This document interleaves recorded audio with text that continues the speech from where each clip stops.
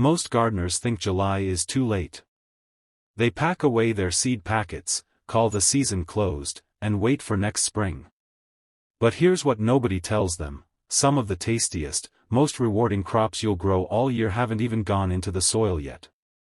While your neighbors are giving up, you're about to plant 7 seeds that will fill your kitchen table with fresh food right through fall, and maybe even into winter.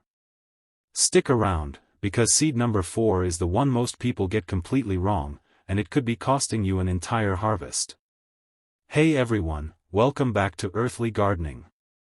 If this is your first time here, I'm so glad you found us. This channel is all about growing more food for less money, no fancy equipment, no expensive fertilizers, just real tips that work in a backyard garden like yours. And if you've been with us for a while, welcome back, it's good to have you. Today we're talking about the 7 seeds you absolutely need to get in the ground this July, why the timing matters more than people realize, and how to avoid the mistakes that trip up even experienced growers. Before we dive in, if you're new here, go ahead and hit that subscribe button. We post practical, no-nonsense gardening advice every single week, and you won't want to miss what's coming next. Alright, let's get into it. Seed 1, Bush Beans. Let's start with a seed that rewards patience with speed. Bush beans are perfect for July because they mature fast, usually within 50 to 60 days, which means you'll be snapping fresh pods before the first frost even thinks about showing up. Unlike their climbing cousins, bush beans don't need trellises or stakes, they just grow low, compact, and manageable, which makes them ideal if your garden space is tight or if you're simply tired of building structures every season. Plant them directly into warm soil, about an inch deep, and space them a few inches apart.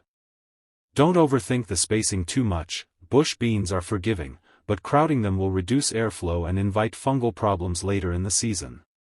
The trick most people miss is watering consistently once the flowers appear, because inconsistent moisture at that stage is what causes pods to turn tough and stringy instead of tender. A deep watering 2 or 3 times a week beats a light sprinkle every day, since it encourages the roots to grow downward instead of staying shallow and vulnerable to heat stress. Another thing worth mentioning, bush beans actually improve your soil while they grow. They pull nitrogen from the air and store it in their roots, which means whatever you plant in that same bed next season gets a head start. So think of this crop as doing double duty, feeding your table now and feeding your soil for later. Give them steady water, full sun, and they'll reward you generously, often producing for several weeks straight if you keep harvesting the pods as they mature instead of letting them sit and toughen on the vine. Seed 2, Cucumbers. Cucumbers thrive in the heat, which makes July their sweet spot. A lot of gardeners try to start cucumbers too early in spring when the soil is still cool, and the seeds either rot or sit stubborn and refuse to sprout.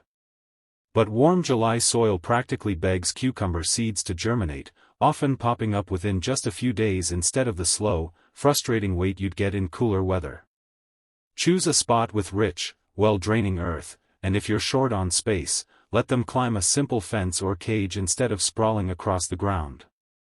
Vertical growing isn't just a space saver either, it actually keeps the fruit cleaner and reduces the chances of rot from sitting on damp soil. One thing that surprises new growers is how quickly cucumbers can turn bitter if they're stressed by uneven watering, so keeping the soil consistently moist isn't just helpful, it's essential. A layer of mulch around the base can make a huge difference here, locking in moisture and keeping the roots cool even during the hottest afternoons. Harvest them young and often, because the more you pick, the more the plant produces. Letting cucumbers grow oversized on the vine actually signals the plant to slow down, so regular picking keeps that production line moving. And a small bonus tip, if you notice your cucumber plants flowering heavily but not setting fruit, that's usually a pollination issue, not a problem with the plant itself, so a little hand pollination with a small brush can solve it fast. Seed 3, Summer Squash. If you want a plant that practically takes care of itself, summer squash is your answer. It germinates quickly in warm soil, grows fast, and starts producing within weeks. Plant the seeds about an inch deep in mounded soil, which helps with drainage and keeps the roots from sitting in water during a heavy summer rain. Give each plant plenty of breathing room because squash vines spread wider than most people expect, sometimes stretching several feet in every direction by the middle of the season. Crowding them not only limits growth but makes it harder to spot pests hiding under those big leaves. The real secret with summer squash is harvesting early and often. Left too long on the vine, the fruit turns woody and loses that tender texture everyone loves. Check your plants every couple of days once they start producing, because squash can seem to double in size overnight, and a zucchini that looked perfect yesterday can turn into something the size of a baseball bat by tomorrow. If you've ever grown squash before and dealt with a sudden wilting plant, that's often a sign of squash vine borers, a common pest that tunnels into the stem. Keeping an eye on the base of your plants and acting early at the first sign of trouble can save the whole crop. But don't let that scare you off. Summer squash is still one of the most generous plants you can grow, often giving back far more than the effort you put in. Seed 4, carrots. Now here's the one I mentioned earlier, the seed that trips up even people who've been gardening for years. Carrots seem simple, but July planting comes with a catch that catches almost everyone off guard. The soil needs to stay consistently moist during germination, and in July's heat, that top layer can dry out within hours, not days. If the surface crusts over, those tiny carrot seeds simply won't break through, no matter how many you plant. The fix is surprisingly easy though. Cover your seeds with a thin layer of light mulch, or water gently twice a day until you see sprouts, which usually takes 1 to 3 weeks depending on the variety. Also, resist the urge to plant them in heavy, compacted soil, because carrots grown in dense earth end up short, twisted, and forked instead of long and straight. Loosen your soil deeply before planting, at least a foot down if you can manage it, and remove any rocks or clumps that might block the roots from growing straight. Once your seedlings sprout, thin them out so each root has room to grow properly. This step feels wasteful to a lot of beginners, but skipping it leads to a tangle of small, misshapen carrots competing for space. Space them about 2 to 3 inches apart and you'll notice a real difference by harvest time. One more thing worth knowing, carrots planted in July for a fall harvest often taste sweeter than their summer counterparts, because cooler temperatures late in the season cause the roots to store more sugar. So a little extra patience with this one genuinely pays off. Alright, quick pause here. If you're finding this helpful, drop a comment and let me know which of these seeds you're most excited to plant. And if you haven't already, tap that like button, it genuinely helps this video reach more gardeners like you. Now, let's keep going, because the next 3 might just be the most surprising on this list. Seed 5, beets. Beets are one of those crops people forget about until it's almost too late, but July is actually a fantastic window to get them started for a fall harvest. They handle heat better than most root vegetables, and as the weather cools later in the season, beets actually grow sweeter, thanks to the same natural sugar storing process you saw with carrots. Soak the seeds overnight before planting, since beet seeds have a tough outer shell that can slow down germination otherwise. This one small step can shave days off your wait time and lead to a much more even sprouting across your bed. Plant them about ½ an inch deep, and once they sprout, thin them out so each plant has enough space to swell properly underground, ideally 3 to 4 inches apart. A mistake a lot of people make is only thinking about the roots, but don't forget the greens.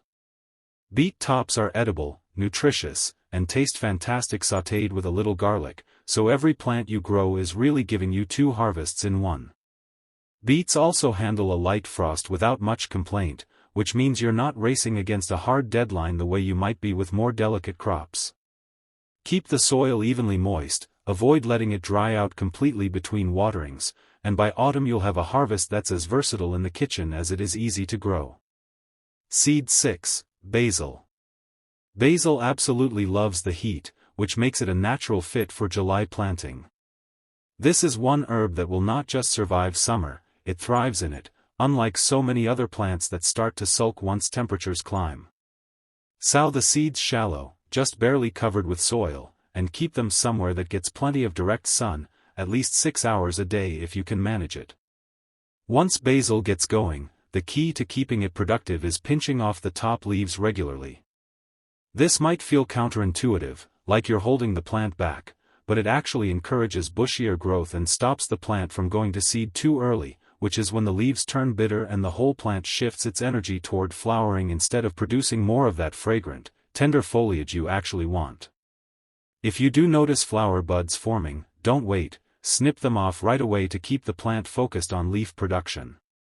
Basil is also incredibly easy to preserve, whether you're drying it, freezing it in oil, or turning a big harvest into a batch of pesto to enjoy long after summer ends. Fresh basil from your own garden tastes nothing like the store-bought version, and once you try it, you'll wonder why you waited this long to grow your own. Seed 7, Kale. We're closing with a crop that might surprise you. Kale planted in July is actually setting you up for one of the best harvests of the year, because kale planted for fall doesn't just survive a light frost, it improves because of it. The cold actually sweetens the leaves, cutting back some of that natural bitterness that puts people off kale in the first place. Sow the seeds directly into the soil, keep them shaded slightly during the hottest part of summer using a light cloth cover if needed, since young kale seedlings can struggle under intense midday sun before they're established. Once temperatures start dropping later in the season, watch this plant take off, growing fuller and more vigorous almost by the week. Kale is also incredibly forgiving for beginners, resistant to a lot of common pests, and generous with how much it produces from just a few plants. You can harvest the outer leaves continually as it grows, rather than pulling the whole plant at once, which means a handful of kale plants can keep supplying your kitchen for months.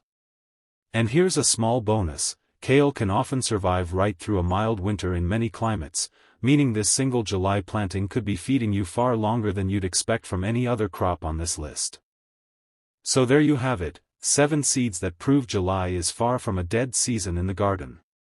From fast-growing beans to sweet, cold-loving kale, this month holds more opportunity than most gardeners ever realize, and every single one of these crops can be started with nothing more than a packet of seeds and a little consistency. If this video helped you see your garden differently, do me a favor and subscribe to Earthly Gardening, drop a comment telling me which seed you're planting first, and share this with a fellow gardener who thinks it's too late to plant anything right now. We post new videos every week, so I'll see you in the next one. Until then, happy planting.